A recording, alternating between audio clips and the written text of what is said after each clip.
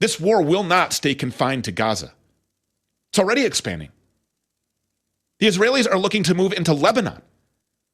They've been launching airstrikes, launching raids into southern Lebanon for months. They're killing Christians in the West Bank and Muslims too. The Zio-terror state of Israel is on the march, and they're looking for any excuse to keep this war going for as long as they can. We'll see if Sam Parker agrees with us. He joins us now. Sam, thank you so much for coming. Sorry to go on a rant there, but I think it's really important that people understand what it is that's going on here. Absolutely. Absolutely. No, you mentioned, that I'll just take it backwards there. You mentioned how they're looking to go into Lebanon now. And the United States has sent an envoy and is trying to negotiate with Hezbollah for Hezbollah to move its medium and long-range weapons back behind the river that's 18 miles from the Israeli border. And they're telling Lebanon that if they do this, then they will give Lebanon economic aid. So basically, they're trying to bribe Lebanon to pull back their weaponry that's on Israel's northern border to protect Israel, of course. And that will, of course, take pressure off of Israel so that it can continue its genocidal destruction of Gaza. It's planned, there's 1.5 million people now crammed into Rafah in southern Gaza. And this is where, since October 12th, I think, the Israeli authorities have been telling everybody in Gaza to go down to this area down in Rafah while we take care of Hamas everywhere. So everybody went there. There's 1.5 million people in Rafah. And now Israel's planning an offensive into Rafah, and they're bombing it. Yeah, they're bombing it regularly. So they lead them civilians. there. They put them in an open-air concentration camp, and they house them for slaughter. It's predetermined what they're going to do to these people. That's right. What makes them any different than the supposed boxcars that Jews were put on by Nazis? No, that's a great analogy. I mean, this would be like the German Luftwaffe bombing Auschwitz. That's literally what's happening. And they're telling, hey, everybody in Auschwitz, go run down to that end of the camp. And then we bomb that end of the camp. That's literally what's happening in Gaza. These people have no air force. They have no real military to speak of. Yes, they have the brigades and whatnot, but they have guns and shoulder-fired rockets and guys running around in tennis shoes and flip-flops. And some of them are well-equipped soldiers. I don't want to throw them under the bus like that. But the point is this is not a war. This is not a war where you have two sides of conventional forces and they both have tanks and armored carriers and planes and attack helicopters, and they're meeting each other head on in an armed conflict. This is a civilian population by and large that's literally just being subjected to every modern weaponry known to mankind on a daily basis, day after day after day. Today is day 150 of the Israeli onslaught on Gaza. Men, women, and children, innocent civilians, just literally being slaughtered by the most advanced modern weaponry, and they have nothing to fight back with. So even calling this a war, it's a lie. It's a misnomer to call it a war. It's not a war. It's just a slaughter fest. And of course, Israel's worried about its neighbors intervening or being goaded into something if they go too far, especially with Ramadan coming. They want to... you've got this you got this minister, the Israeli heritage minister, Amichai Eliyahu, who openly came out today and says, I want to abolish Ramadan. And that this is his solution for reducing the tensions in the West Bank. So Israel's, seeing this pressure from their neighbors who until now have really exercised great and tremendous restraint. And now they're trying to get the United States to get them to back off even more so that they can launch this offensive into Rafah and continue, finish wiping the floor with these civilians. It's really disgusting. They literally took starving people and said, here, come over here and get food. Yeah. Ha. And it happened again yesterday, Stu. They did it again yesterday in central Gaza. Another humanitarian aid drop was bombed, I believe. And it wasn't as many casualties, and it hasn't been as widely reported as the Flower Sam, they're just slaughtering week. These people. They're tricking them. They're throwing out bait, like you said, bring them out like rats, and then blow them up. That's literally what's happening. They're just baiting traps. How can people like Laura Loomer be online supporting this? How can anybody look at these actions and say we support this? Well, it comes from their Jewish supremacy beliefs, Stu, frankly. But this is also, I suppose that you don't have to be Jewish to have Jewish supremacist beliefs. I mean, we see a lot of these so-called Protestant pastors standing up. Look at They've this. been infiltrated by this Zionist philosophy, this Zionist supremacism, if you will, that says that 1,000 non-Jewish lives are worth a Jew's fingernail. This is Dov Lior, who's a well-renowned rabbi amongst the Israeli settlers, who says stuff like this. They believe these things. They call them animals. They think they're subhuman filth. They think they're lesser beings and not deserving of anything. You have them saying things like everybody over the age of 4 is a Hamas supporter on Israeli Live, on Israeli TV. Outrageous things that Americans ought to really be turned off towards, right? But instead, many people are believing the propaganda that they're getting through their television set because it's highly curated content. We're watching Israeli TV. That's what we're doing. We're watching Israeli programming. Yes, every channel that you go to. Every channel, because the main distributors of the content are decided upon by BlackRock, by the Rothschild criminal central bankers. These are the people who fund Fox and CNN and NBC and ABC and MSNBC and CBS, all of the major broadcast, all of the cable news, all of Netflix, all of Amazon Prime, all of Hollywood, all of it. It's all funded by Jews in Israel who decide what it is that you're allowed to see.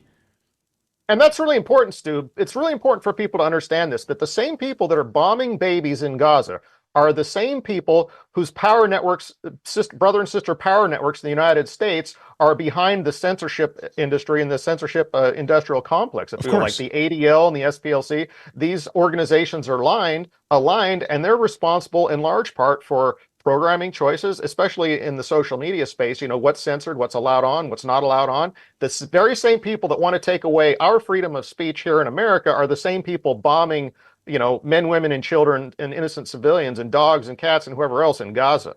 Right? They're connected. It's the same power network. All the way down to Nancy Pelosi's kente cloth is all scripted by Israelis. I mean, here's what I mean. 2014, democratically elected Orthodox Christian administration, both sides agreed the vote was fair to elect them in Ukraine. Our CIA didn't like when that administration started to adopt more Orthodox Christian pro-Russian sentiment policy, so we couldn't have that because Vladimir Putin had to be framed as the bad guy.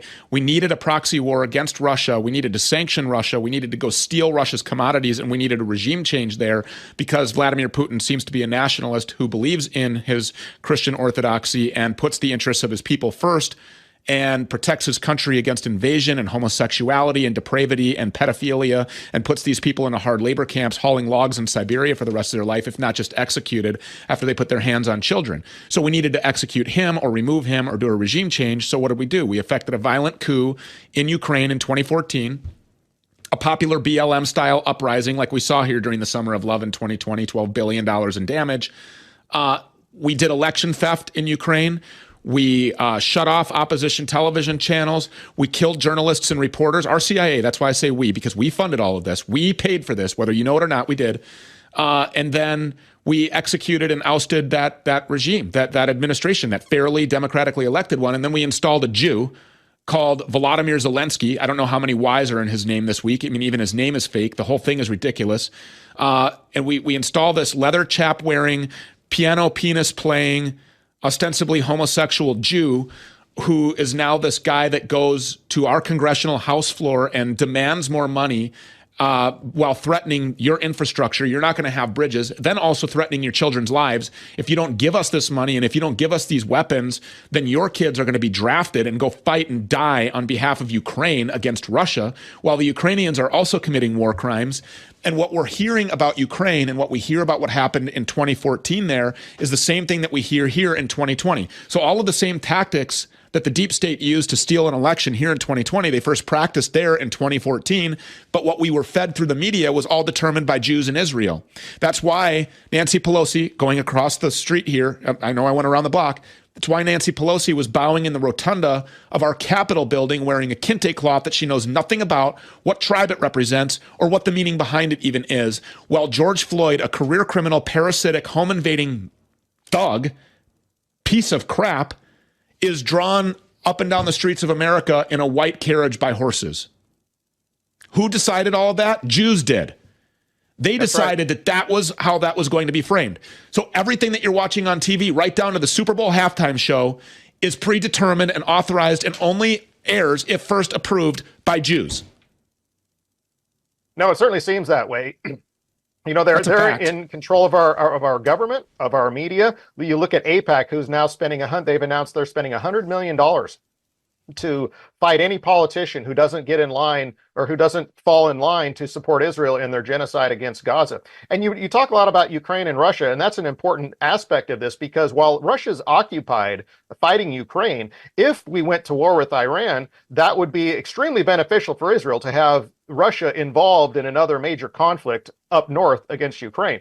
So they don't want that war to end. They want this war with Iran. A lot of people would like this war with Iran to happen. And if that happens, they want Russia occupied. So there's perfect synergy between these conflicts. If you zoom out and look at these details, that's what's going on. Yeah, you can say what you want about Vladimir Putin, but I would rather have him running our country right now than anybody else that I see on the world stage, than any other leader. These crazy Zionist Jewish wackos that are Victoria Nuland, Antony Blinken, Janet Yellen, Alejandro Mayorkas, you can go on down the list, Avril Haines. There's just so many of them. Our administration is completely infiltrated by these Zionist Jews who have a plan, a slow and methodical, predetermined, very, very much so intended ethnic cleansing of white Christians. Absolutely. That's what's going on at the southern border. They're flooding the country with the third world, and they're creating these refugees by bombing them in the Middle East, and then they're moving them, to South America and Central America, and moving them up through the southern border. And Alejandro Mayorkas, the Zionist Jew who's running the Department of Homeland Security, is leaving the border wide open. He's doing nothing about it. Yeah. He's a former member of the board of HIAS, the Hebrew Immigrant Aid Society, which is one of the principal organizations bringing these people into the United States. Yep. Flooding our country with people who are not Americans and who are not like us and who don't believe the things that we believe and never will, frankly. With the hopes that they will come here and kill us and kill our children. And subvert society, create and cause chaos, kill people. It's sort of like just administering random poison to a body or bad food. You don't know exactly what's going to get you, but it just pollutes the whole organism. And so they just unleash these people into the country. It's just going to cause chaos everywhere. Think of the bog down on the educational system. What kids are actually getting a real education anymore when 50% of the class doesn't have English as their primary speaking language? Yeah. And it takes resources away from heritage Americans. That's right. We can't have babies. We don't procreate because we can't afford it, because they're taking our money to pay for these illegals in New York to have $10,000 a month and luxury suites in New York City hotels. And flown around first class. That's right. By United, by American, without passports, handed manila envelopes full of money, put up in 4- and 5-star hotels. And the hotel doesn't give a shit. Why don't they give a shit? They don't give a shit because guess why? They're sold out. Their occupancy is full. And who's paying for that? The American taxpayer. So now 4- and 5-star hotels that you can't even afford to take your freaking family to on vacation once a year is now being occupied by some third world piece of shit, and you're paying for it anyways. That's right. And who's behind it? And let's not forget who's behind it, right? A lot of these people, they couldn't have made it here without help. And then maybe they did, and some of them maybe even didn't want to come. So we should remember that. Who is behind it? It's these Zionist Jews bombing the hell out of the Middle East, and these open society, open border George Soros Jews transporting them over here and dumping them on our shores. It's bad for them. It's bad for us. These people are bad for the world. Sam, none of these people will come on this program to debate me about this. None of them will come on here to have the conversation. Not one. Yeah. Not one. Of course not. They can't defend it. And guess what? That's why they won't. Nobody from the supposed GOP or Republican Party wants to come on this program at all anymore either. Why? Because I'm a dog off the leash who tells the truth. I don't have some allegiance to some fake side of a proverbial aisle that never existed, while millions and millions of Americans are lulled to sleep by this illusion of some two-party representative constitutional republic. It's all bullshit. All owned by AIPAC, all owned by the Israeli lobby, and we can't do anything about it while they're in power. They're dug in like an Alabama tick. Benjamin Netanyahu is the de facto president of the United States, actually of the planet. Yeah, absolutely. He can do no wrong. Nobody seems to be able to stop him. He can do whatever he wants. He's a war criminal who should be apprehended by some authority and remanded into custody immediately and put before a military tribunal. And when he's found guilty, he should be executed on the international stage. He's a war criminal, no different than George W. Bush and the entire Bush family, by the way, who still hasn't said anything. Yeah. I wonder why they haven't sued me for calling them mass murderers. Are they worried about the discovery I that guess might they don't come want out? any day. Yeah, they don't want you to have your day in court in any discovery, I would expect. Sam Parker, thank you so much for being here. We appreciate it. God bless you. Thanks for having me on, Stu. I appreciate it.